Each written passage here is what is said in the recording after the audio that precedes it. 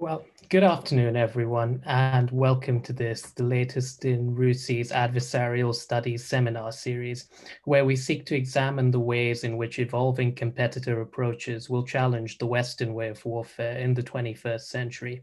I'm Siddharth Kaushal. I'm a fellow here at the Military Sciences team at RUSI, and today it's my great pleasure to welcome Alex Woolfson and Simon Haslock, who will respectively act as presenter and discussant in what I'm sure will be a fascinating discussion on the competitor approaches in the gray zone, narrative warfare, and the need for a tailored Western response. It's been 50 years since Henry Kissinger presciently noted that in high politics, what matters is not what's true, but what people believe is true. And yet that centrality of narratives has perhaps slowly been lost on us, but not necessarily on competitors. Today, Dr. Alex Woolfson will be presenting the results of recent research he has conducted, in which he has reached the conclusion that catch-all terms such as gray zone warfare tend to do three things. They obscure the centrality of narrative to adversary subthreshold approaches. They elide over some important differences between the ways in which adversaries, such as Russia and China, prosecute narrative warfare or political warfare. And perhaps most importantly, they impede the development of tailored Western response approaches, which will be critical to maintaining competitive advantage in this competitive context. Alex is one of our associate fellows at RUSI. He is a widely published author on the politics of NATO, European security, and strategic stability. He delivers lectures to senior officers around the world, most recently in Latin America, and has also held a number of roles pertinent to the sort of communication-centric discussion of today in national and international media organizations such as the BBC. He's joined today by our discussant, Simon Haslock, who, as a 23-year veteran of the Royal Marines, has served as the NATO spokesman in Sarajevo, the representative on media affairs at the Office of the High Representative in Bosnia, and is an associate on the Comparative Media Law and Politics program at Oxford. In his capacity as a co-founder of Albany Associates, Simon has served as a director of strategic communications. So again, a sort of portfolio of experience very relevant to the discussion of narratives that will be so central to framing today's talk. So first of all, gentlemen, I want to thank you both for joining us today. It's a pleasure to have you. Before I turn over to our speaker and discussant, I will just quickly run through the order of things and a few administrative details. So we will start with the presentation by Alex, followed by Simon's comments as discussant, and we will then turn it over to you for a Q&A session. I would like to remind everyone that while the comments the speaker and discussant make in the initial phases are on the record, the Q&A session will be strictly off the record. So with that, Alex, I will turn it over to you.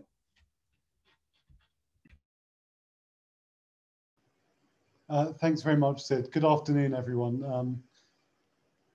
This paper really needs a few preparatory words. Its original title, well, its current title is Dragon Slaying, Meeting the Challenge of Grey Zone Competition for Global Britain.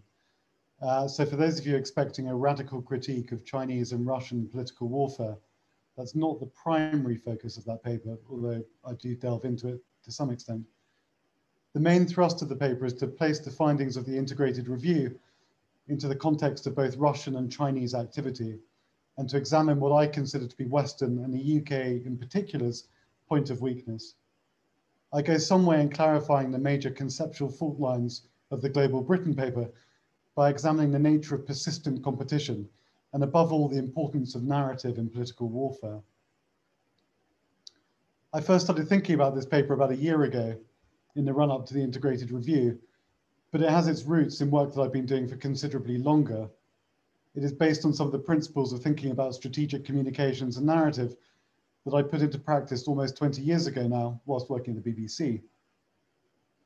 But the proximate trigger for this paper was the release of Global Britain, the final output of the integrated review. And the starting point was to work from David Kilcullen's observation that the biggest challenge to the West, and by direct inference the UK, is from state actors, the so-called dragons in Kilcullen's parlance. This paper has very consciously examined the challenge from both China and Russia, the two principal dragons, and places their grey zone operations in a very specific focus. In a taxonomic sense, both countries are indulging in a form of narrative-based political warfare. And I think the point of this analysis is that the grey zone, as we have come to understand it, has actually become a little too grey. It's become a catch-all term, and I think considerably more precision is required when thinking of the different types of narrative employed by Russia and China. I sought a more granular understanding of how Russian and Chinese campaigns differ, and I also sought to widen our understanding of how these campaigns operate by placing narrative at the core of our understanding of what animates both Russia and China's campaigns. My conclusions are very clear. Until we see Russian and Chinese political warfare as more than just disinformation, with the addition potentially of kinetic activity or machinations within international organizations, I don't think we'll ever truly grasp the strategic objectives of our adversaries. I certainly hope that the paper is able to illuminate the difference in approach between our adversaries and the UK.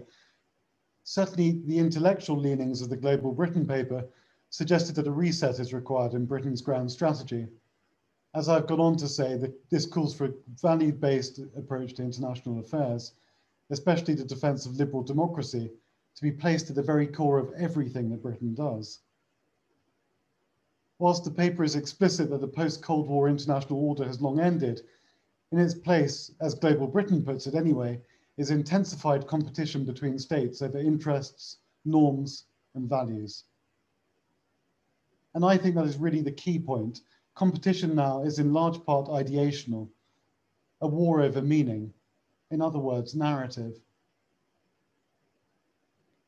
Whilst the integrated review has recognized the centrality of these cognitive domains in the new scramble for power, I think it has been far less successful in actually articulating what persistent competition in these domains should actually look like. In other words, what I have tried to achieve in this paper is to bring some much needed color to the grey zone. The ideas and values in the Global Britain paper cannot simply be asserted. As I go on to say, ideas by themselves are not enough. By themselves, they do not invite action, at least until they are given structure and meaning through narrative. Ideas may be true or false. Narratives, as our adversaries know, do not have to rely on truth value for their success.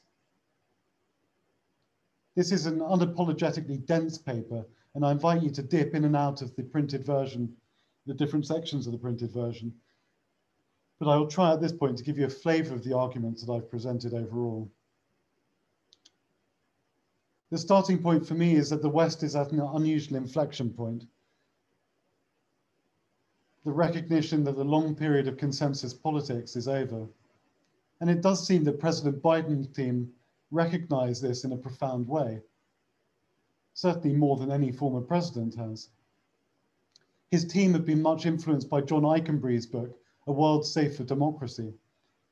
Eikenberry makes the argument that liberal democracies at this point in time must choose between a universalist conception of international order, or they must establish an effective club of democracies and defend the ground that they hold in terms of values, both from within and without.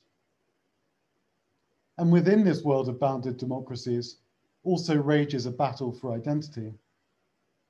In the West, as Francis Fukuyama tells us, the 20th century's left-right spectrum defined by economic issues has given way in the 21st century to the politics of identity. The idea that mobilizes the political masses now is the perception that group dignity has somehow been disparaged or disregarded. This clearly applies to the identity politics of the alt-right as much as the progressive left. But it is equally present in the narratives of Russian and Chinese political warfare. Perhaps nowhere was this more evident than in a meeting between Antony Blinken and his Chinese counterparts in Alaska last month, when Blinken's critique of Chinese human rights abuses was met with a blistering riposte about Black Lives Matter. And this, of course, was ultimately a Trojan horse for the idea of non-interference in Chinese affairs. The politics of identity is absolutely central because we are locked in a competition of norms, narrative, and legitimacy. And I think Western leaders have been slow to realize to a very great extent that the narrative stakes for both Russia and China are not somehow epiphenomenal, but matter in a profound existential manner. Both countries are concerned with reinforcing domestic legitimacy and concomitant battles for normative supremacy abroad. For them, the stakes could not be higher. Self-evidently, Russia and China have very different intellectual histories and zones of influence. Therefore, we should not really be surprised that the shape and narratives of their operations differ in the grey zone. But somehow, Western understanding of their operations have been rather slow to understand that the main threat is political and narrative-based. The analytically dangerous term hybrid warfare, which has slipped into common parlance, seems to have implicitly focused on sub-threshold military operations, as if the events in Ukraine in 2014 were some sort of novelty. I certainly don't want to downplay the threat posed by the military modernization of both Russia and China, but I think the primary military threat from both countries is not currently a direct one to the West. There is a military threat to the countries on the periphery of the established democracies. As one recent article characterized it, strategic thought in both the US and China has focused on the potential for interstate war. However, great power military competition is much more likely to take the form of proxy war. A similar dynamic is already apparent in competition with Russia, so Ukraine was uniquely vulnerable as it sought NATO membership, just as Thailand or Vietnam might be acutely vulnerable in Southeast Asia. I urge you to read my section on understanding Chinese and Russian operations in the grey zone, as time constraints prevent me from going into too much detail here. But there is a difference in the approach that both China and Russia utilize, of which the most prominent is their differing type of narrative. So while some of their operations might look materially similar, what they say about them and their rhetorical justification often look very different. Russia has broadly used negative, destabilizing influence operations, whereas China has hitherto been far more subtle and chosen broadly positive narratives about the beneficial and cooperative nature of her rise as a world power. Only now we're seeing the shift towards so-called wolf warrior diplomacy, a far more assertive Chinese stance against those who defy her will. But it's telling that only a few days ago at the Boao Forum, President Xi used his keynote speech to emphasize a vision of world order that, while superficially familiar, was backed by a Chinese system of mutual non-interference and peaceful coexistence. And this has become an all too familiar refrain. Their differing narratives are reflected in the strategy and tactics of both countries' grey zone operations. So where Russia has often been motivated seemingly by tactical opportunism, such as in Syria, Venezuela, and now Myanmar, China often focuses on long-term positional advantage to drive a fait accompli, often without the chance for explicit early detection or response. The Western reaction has so far been inadequate because we persist in seeing grey zone operations as a form of military threat, shoehorning all adversarial activity either above or below the threshold of armed conflict. There is a very real risk here of conceptual encirclements, as perhaps we should know from the text Unrestricted Warfare written by two PLA colonels in the late 90s. China in particular has broadened her definition of war beyond armed force and non-armed force, military or non-military. The Western binary of above or below the threshold of war is simply no longer relevant, really. The danger is that we're unable to even perceive the entire range of Chinese activity, let alone establish what their overarching strategy might actually be. And why does this matter? Well, David Kilcullen directs our attention towards the so-called side principle rule, a strategy that encourages the USA to double down on conventional capacity while simultaneously developing alternative asymmetric options. In other words, this is a strategy that encourages the superior adversary to expend its strength in a series of frontal efforts before receiving a decisive blow from a totally unexpected direction. As Charles Bartels has suggested, the important point is that while the West considers these non-military measures as a way of avoiding war, Russia considers these as war. And I don't think it's too much of a stretch to suggest that China's three warfares is a similar expansion of their concept of war. But the UK and US persist in thinking about war in primarily military terms. So where persistent engagement and competition have become cognitive shorthand in both countries, what they seem to refer to is using domains perceived as sub-threshold as suitable proxies for armed conflict without escalation. Yet, as I pointed out, no such conceptual agreement exists on the part of either Russia or China. In such an environment where neither the contours of the domains nor the state of war or peace is agreed, the danger of escalation remains incredibly high. It should be clear that despite the Global Britain paper, there's a disconnect in strategic grammar about how the UK, as opposed to Russia and China, views these activities. The UK in particular treats sub-threshold areas as distinct domains, apparently believing that they can be used in a non-escalatory fashion. I think the UK has to move away from thinking about so-called sub-threshold domains as if they somehow exist independently of grand strategy. The Global Britain paper has further muddied the water by failing to articulate a detailed escalatory ladder for the grey zone, but nonetheless literally adding a nuclear option to the top of the escalatory tree. It goes without saying that we need considerably more detail on what options lie in between, and that they should be publicly articulated as a form of deterrence. I know that Vladimir Putin used his State of the Union address yesterday to articulate that Russia will certainly be defining her red lines and nothing is off the table in terms of her potential response, asymmetric or otherwise. Part of the problem that has led to this somewhat confused response, in the UK at least, is that it remains unclear as to who does UK ground strategy, as the Public Administration Select Committee asked almost 10 years ago. The remedy was meant to be Lord Sedwell's fusion doctrine.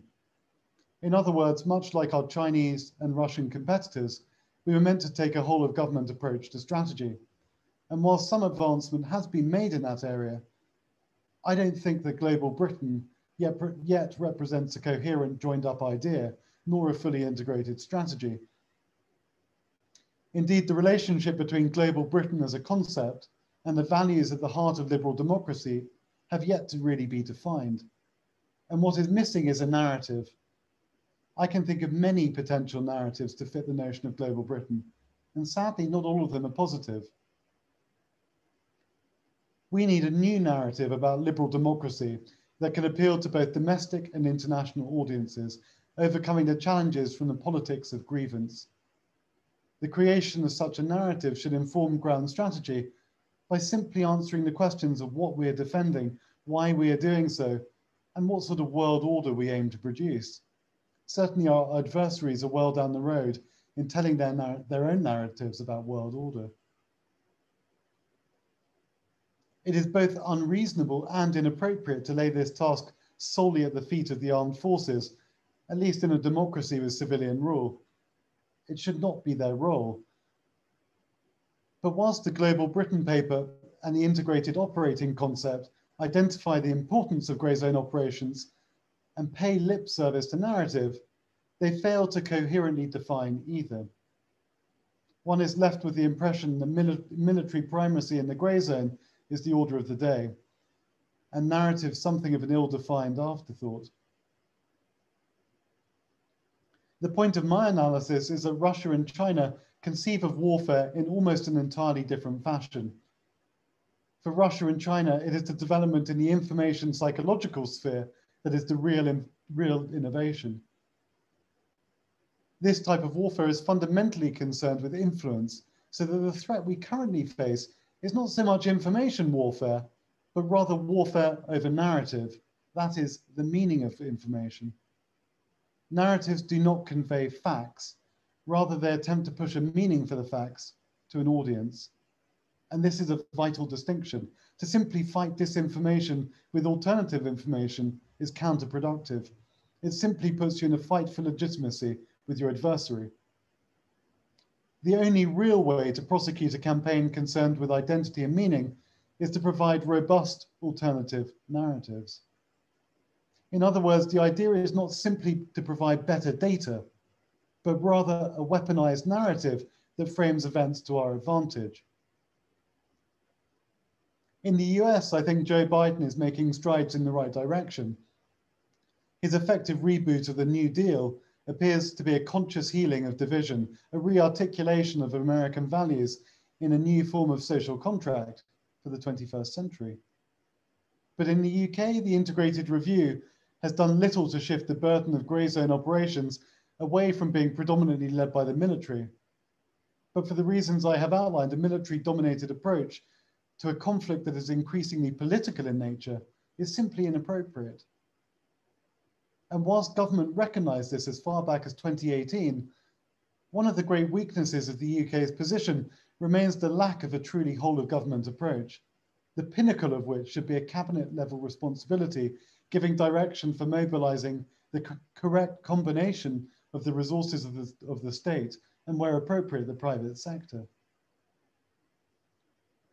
In order to do this successfully, the first order task is to create narratives that reflect our national story and make relevant the values and benefits of liberal democracy for a new generation who have no direct experience of totalitarianism. We may not be able to match the level of state civil interaction that the autocracies of China and Russia enjoy. Indeed, it is incompatible with the peacetime nature of the state in liberal democracies. But there are nonetheless opportunities for government. We know that a great deal of cutting-edge expertise exists outside government where it can act more nimbly and flexibly than its public sector counterparts. A change of approach to the scope of civil-military cooperation within a national security establishment is clearly starting to happen. But it needs to be expanded considerably beyond just cyber specialists and away from a domain-centric mode of thinking.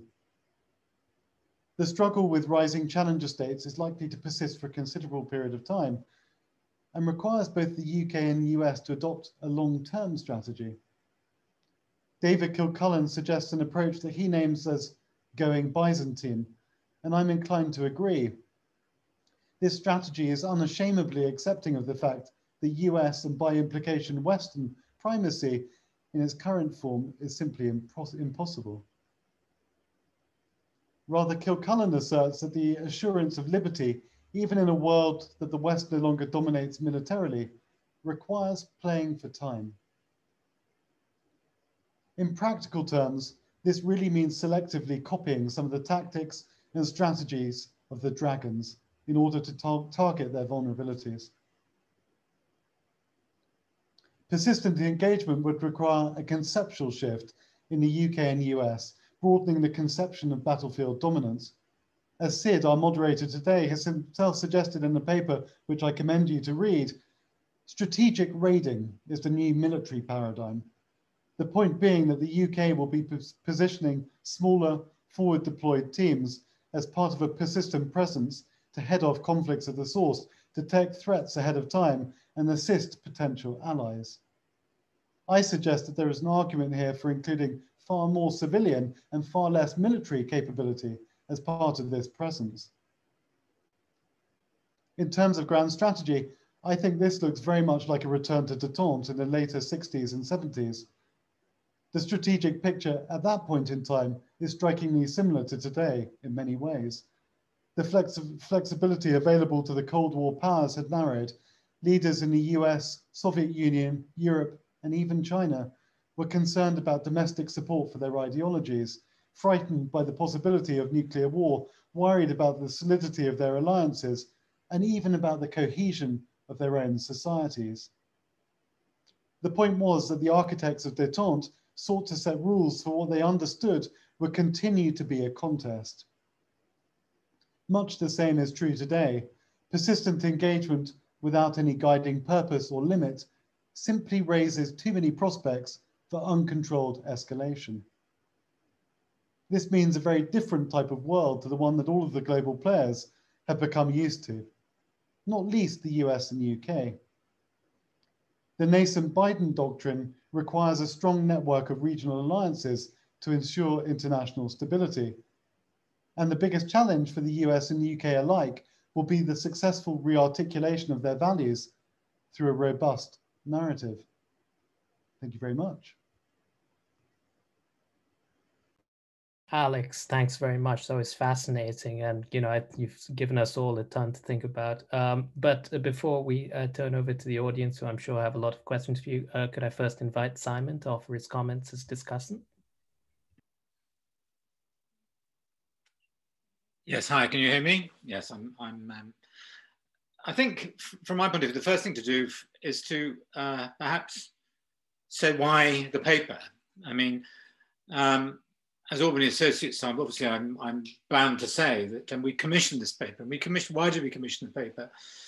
It's essentially because the question we are always asking ourselves is, are we as a nation or as an alliance serious about the threats that Alex has articulated?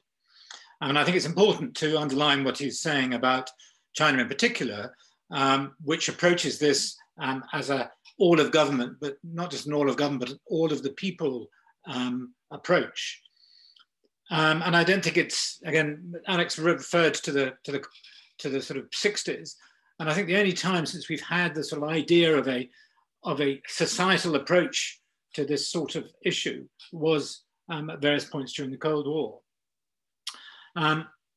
So what are we talking about? And I think the two clear things that I wanted to speak about in terms of practice are, on the one hand, what do we mean by narrative, and therefore to perhaps look a bit more detail at the difference between narrative and disinformation or information warfare. And in simple terms, as we all know, narrative is essentially our own story. It's a story about what we stand for. And so in the context of the IR and Alex's exposition, it's essentially our values and norms. But of course, any narrative, such as the one we're thinking about, it needs to be based in reality. And there's an old adage, obviously, for those who are communicators, that these things have to fill the say-do gap. The say-do gap is essentially the gap between what you say and what you do, and therefore what you say are your values, and what you do are the norms. And any gap between the two means that your narrative has very little credibility. And I think as the paper goes into some detail, is that the West's and UK's, as part of the West's narrative, has become jaded, and for all the reasons that we don't need to go into here, but the paper articulates, and I suspect everybody listening understands. The point is that our narrative is no longer this universalist attitude and narrative that we thought. And the very fact that we now are thinking about protecting democracy in the sense of corralling similar states who held the same values in a form of club, rather than expecting this universalism that I think was the case not long ago.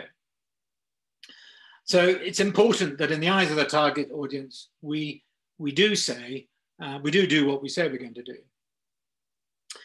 When you compare us with the narratives of the immediate state protagonists, I suppose Russia and China, I mean, there's little pretense, and then this is where the disinformation is separate. There's little pretense about their narratives. I mean, Russia's narrative is essentially primarily for the non-aligned or its own audience, and it's about re-establishing Russia's status, and it's about reinforcing Putin's own position and sustaining himself.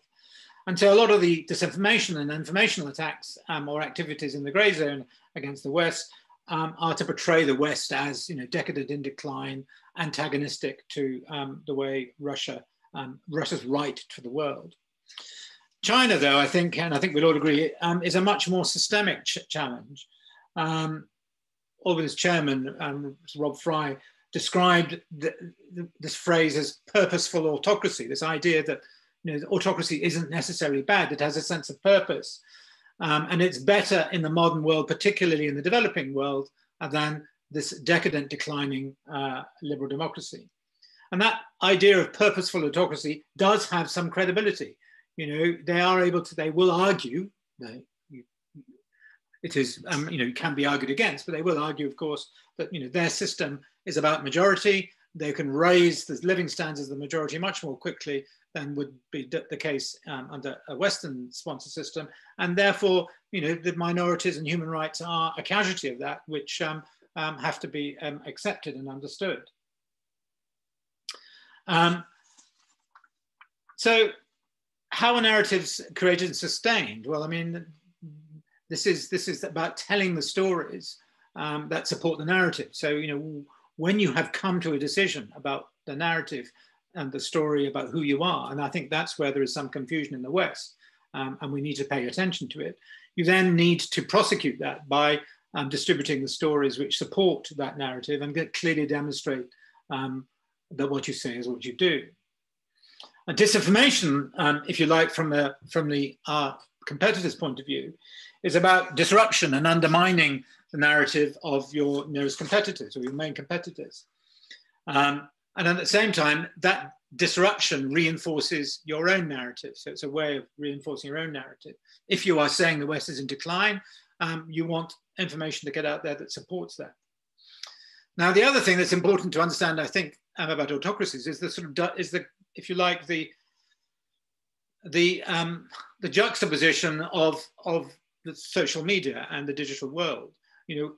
Digital online communications was seen as democratizing, but in fact, ironically, they favor the autocracies much more than they do democracies.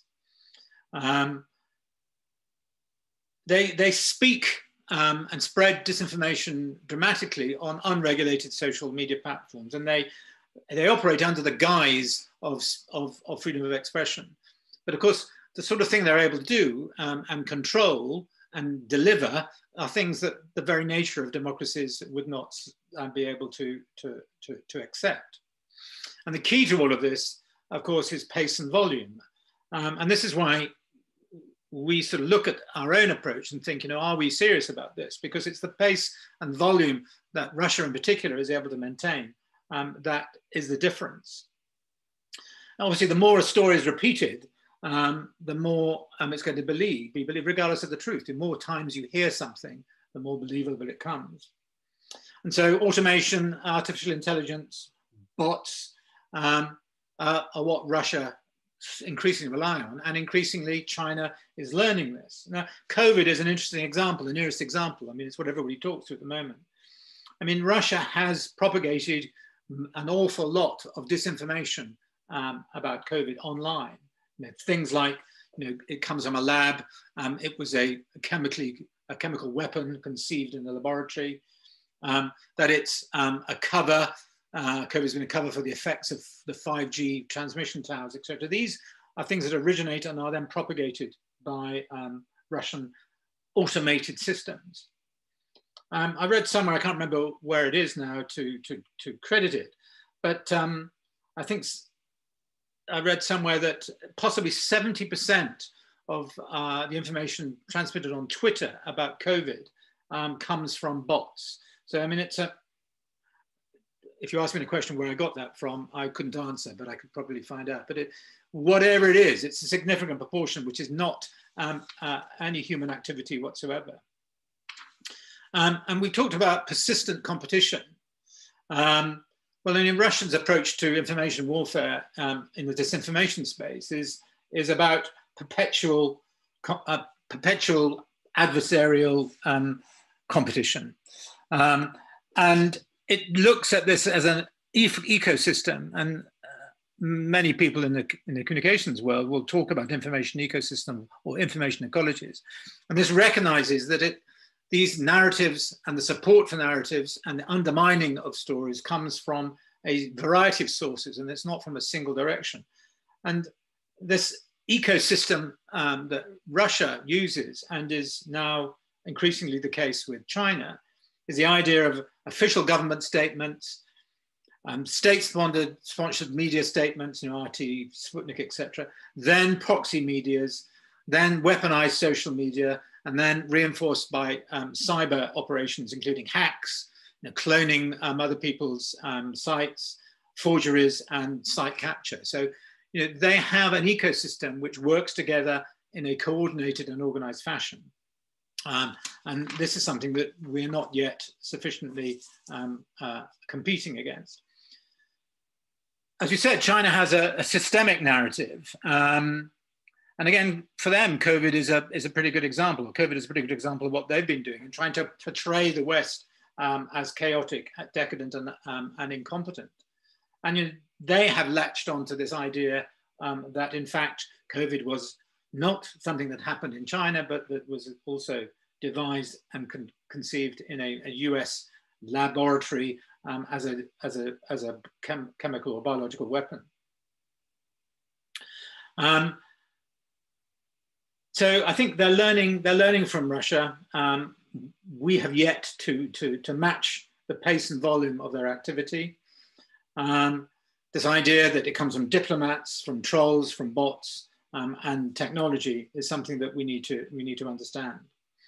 And I think, in terms of a discussant, in terms of my comments on the paper, I think probably it's best to leave it at that point because I think we're running short on time. Well, gentlemen, thank you both for two really interesting interventions, and I think the audience